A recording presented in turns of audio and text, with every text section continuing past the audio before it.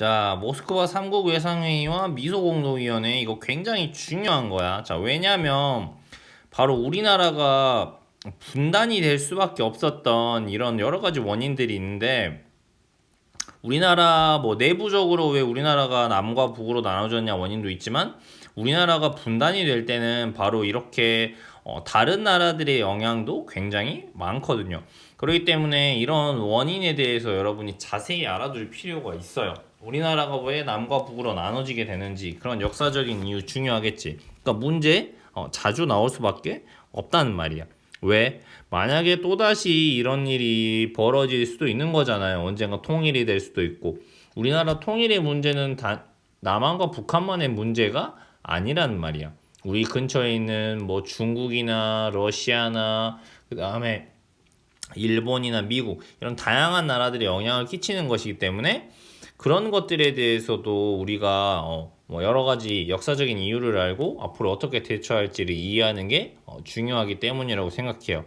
그렇기 때문에 이 모스크바 3국 외상회의나 미소공동위원회에 대해서 잘 알아두실 필요가 있다. 자, 그러면 제일 중요한 거 남쪽에는 북쪽에는 바로 누가 들어왔다고 했어? 바로 북쪽에는 소련이 들어왔다고 했지.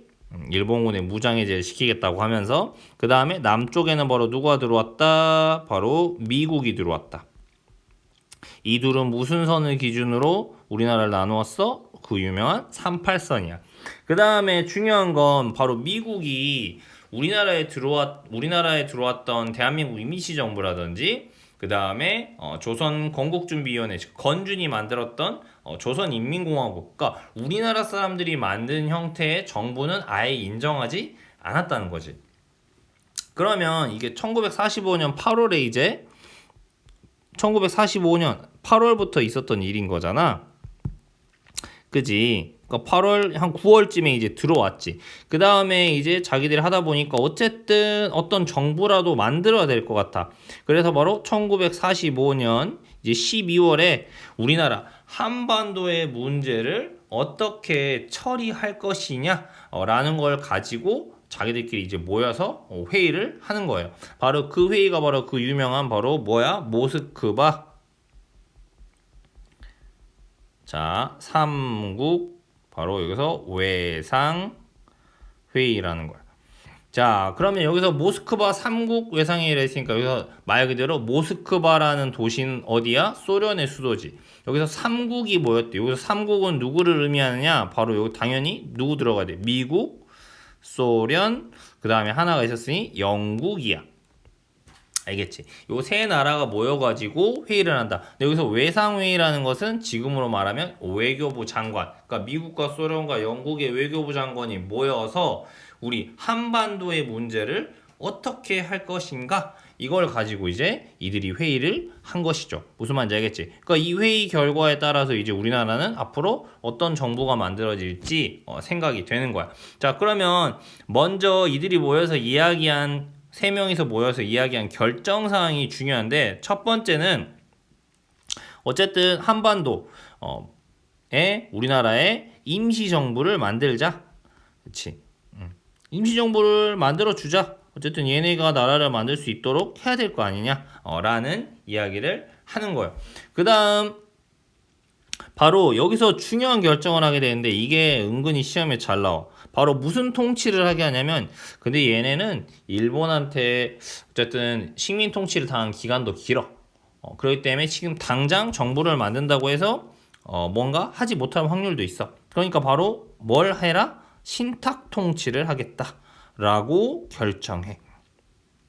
신탁 통치라는 건 말 그대로 우리가 나라를 다스릴 힘이 없으니까 얘네가 대신 다스려 주겠다라는 것. 안정될 때까지 자신들이 신탁 통치를 하겠다라는 결정을 해. 이 신탁 통치를 5년을 하겠다라고 결정을 했다는 거지. 그 다음 앞으로 구체적으로 어떤 임시정부를 만들어 갈지는 이제 영국은 빠져. 그래서 미국과 소련이 모여가지고 미국과 소련의 공동위원회라는 걸 만들어서 앞으로 어떤 정부를 어떻게 만들지에 대해서 협의하게 하는 거야. 영국은 이제 여기서 빠진 거지. 그렇지? 영국은 뭐 우리나라 너무 머니까 관심이 없을 거 아니야. 그래서 미국과 소련이 공동위원회라는 걸 만들어서 이제 한반도 문제를 어떤 정보를 만들지 해결한다. 이렇게 약속을 한 거지. 이렇게 결정을 하고 이 모스크바 3국 외상회의가 끝났어요. 이 소식이 그러면 우리나라에도 전달이 되었겠죠. 맞아요? 근데 결국 이 신탁 통치의 문제를 놓고 우리나라 사람들이 결국 좌익과 우익으로 극명하게 입장이 나뉘게 되는 겁니다. 당연히 안 그래도 36년간 일본한테 지배를 받았었는데 또다시 미국과 소련이 우리나라를 대신 다스리겠다라고 하니까 이 우익 세력들이 중심이 되어서 격렬한 반대 운동을 벌이게 되는 것이에요. 무슨 말인지 알겠죠? 이 반대했던 대표적인 우익지 인물이 바로 이승만, 그 다음에 김구 선생님도 우익 인물로 분류가 됩니다. 왜냐하면 김구 선생님은 공산당은 싫어하니까. 그래서 김구 선생님이 되겠습니다. 그 다음 이 좌익 세력들은 맨 처음에는 신탁통치 당연히 반대했지만 이들은 좌익이 원하는 그런 임시정부가 더 만들어질 수 있다 라고 보고 이 신탁통치를 찬성하는 운동을 이 좌익 공산주의 쪽에서는 벌이게 되는 것이에요. 바로 대표적인 인물이 바로 박헌영이라고 하는 인물이에요. 이 당시 남한에서 좌익 세력 중에서 가장 거물이었던 이 박헌영이 되겠습니다. 이런 식으로 해서 결국 국내에서 엄청난 분열이 일어나게 되는 게 바로 이 모스크바 3국 외상회의의 결과였다. 이렇게 보면 되겠어요. 자, 그러면 결국 우리나라는 누구와 누구의 싸움이 되어버리는 거야? 결국 미국을 중심으로 한 자본주의와 그 다음에 이 소련이 서로 싸우고 있어. 소련으로는 공산주의. 그러면 또 미국의 시스템을 좋아하는 우익과 마찬가지로 소련의 시스템을 좋아하는 누가 싸우는 거야? 좌익이 서로 싸우는 이런 형태가 벌어지게 되는 것이죠. 무슨 말인지 알겠나요? 자, 이렇게 되고 그 다음 자 그러면 이제 미소 공동위원회가 열려야 되겠지. 맞아요? 미소 공동위원회가 열려야 된단 말이야. 이제 자, 요 아래에다 볼까요? 자, 그러면 이제 미소 공동위원회가 이제 열리는 거야. 46년에 이제 제1차 미국 소련 공동위원회가 열린다. 자, 미국과 소련이 모여가지고 이제 우리나라 어떤 정부 만들 거냐 이야기하는 거지. 자, 근데 생각해봐. 미국과 소련이 합의가 잘 될까? 안 돼. 미국, 소련. 왜? 얘네들 서로 완전히 생각이 다르거든. 그래서 합의가 안 돼. 뭘 가지고 합의를 했냐면 바로 그럼 임시정부를 만들 때 누구를 참가시킬 거야? 이 참가 자격을 놓고 미국과 소련이 엄청나게 싸우다가 야 몰라 안 해. 잠시 쉬어가. 이렇게 돼버리는 거야. 그럼 여기서 참가 자격을 뭘 이야기하냐면 미국은 국내에 있는 한국에 있는 모든 단체를 포함시켜서 해야 된다. 그래야 자기들한테 유리할 거라고 본 거지. 소련 입장에서는 뭐야? 야, 우리가 신탁통치를 지금 어쨌든 하고 있는데 이 신탁통치 자체를 반대하는 애들은 여기에 와봤자 깽판만 칠 거다. 얘네는 빼야 된다. 이런 식으로 주장하는 거지. 그러니까 결국 소련은 뭐야? 신탁통치를 찬성하는 우익 쪽의 입장은 빼버리고 싶은 거고. 반면에 미국은 모든 단체를 해야지 이 우익 세력들까지 포함해야 자기들한테 유리한 정부를 만들 거 아니야.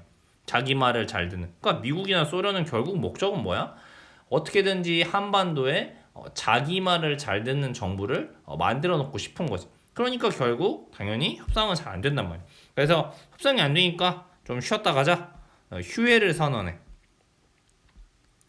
그때 바로 이승만이 바로 무슨 이야기를 하느냐? 바로 여기서 이승만이 야, 미국하고 소련하고 도대체 맨날 합의도 안 되고 지금 시간만 계속 흘러가지 않느냐? 그렇게 하면서 이승만의 바로 정읍 발언이라는 게 나옵니다. 바로 정읍이라고 하는 도시에서 이승만이 뭐라고 이야기하는 거야? 결국 남한만의 단독 정부를 만들자. 이런 이야기를 이승만이 하게 되는 것이죠. 무슨 말인지 알겠나요? 네. 그러니까 이승만은 어차피 정부가 하나로 만들어지지 않을 거라고 보고 그냥 남한만 만들자. 이런 이야기를 했던 것이에요. 자, 이렇게 되니까 결국 당연히 우리나라가 어떻게 될 것 같은 거야? 두 개로 나누어질 것 같은 거지. 그래서 이런 것들에 반발하게 되는 운동이 일어나는데 그게 바로 좌우 합작 운동이다. 그러니까 우리나라 내부에 지금 좌하고 우가 나눠서 나라가 두 개로 쪼개지게 된 거잖아. 그렇기 때문에 여운형과 김규식이라고 하는 사람이 바로 대표적인 인물이야. 특히 여기서 이제 여운형 선생님이 되겠죠. 이 여운형 선생님이 중심이 돼서 여운형이나 김규식 선생님이 중심이 돼서 이런 좌우 합작 운동을 벌여. 그러니까 말 그대로 좌나 우나 싸우지 말고 서로 힘을 모으자. 이런 이야기를 하는 거죠. 그러면서 좌우 합작 운동으로서 바로 좌우 합작 7원칙이라는 것을 발표해요. 무슨 말인지 알겠죠? 그러면 처음에 이 좌우 합작 7원칙은 미소공동위원회 우리 인정한다. 빨리 진행하자. 그 다음 친일파들은 없애야 된다. 그치? 그리고 임시정부를 세우자. 이런 결정들을 결국 하게 되는 것이지. 미소공동회 빨리 다시 열고 임시정부 빨리 만들고 토지나 친일파 문제 해결하자. 뭐 이런 여러 가지 이야기를 했다는 거지. 처음에는 미군정이 인정해줘요. 왜? 자신들한테 유리한 이야기를 하는 것처럼 보였기 때문에. 근데 초기에만 인정해줬다는 건 나중에는 인정하지 않는 것이지. 이 좌우 원칙. 왜? 나중에 이 좌우 합작 운동도 결국 약간 좌익 세력 쪽으로 기우는 듯한 모습을 보이니까 미군정이 인정하지 않는 거지. 왜? 미국은 우익 편에 선 입장을 계속 이야기하는, 자기 편을 들어주는 세력을 손을 들어주니까. 그러면서 바로 이 여운형 선생님이 결국 나중에 어떻게 돼버릴까요? 총 맞아서 암살당하게 됩니다. 이 여운형 선생님이 암살당하면서 결국 이 좌우 합작 운동은 끝나버리게 돼요. 우리나라 이 광복 이후의 이야기를 보다 보면 이상하게 죽는 사람이 많다? 여운형 선생님이 암살당하고, 그 다음에 여러분이 알고 있는 김구 선생님도 암살당해서 돌아가시죠. 맞아요? 그 다음에 초반에 대통령 후보로 나왔던 신익희라는 사람도 있거든요. 그 신익희라는 사람도 선거운동하다 갑자기 죽어 막. 그러니까 뭐 이 인물과 관련된 주변 경쟁자들은 다 총에 맞아서 암살당해 죽거나 갑자기 죽어. 바로 그 인물은 누굴 것 같아? 이승만이지. 이승만이 남한만에 단독 정부를 만들고 자신이 초대 대통령 오르잖아요.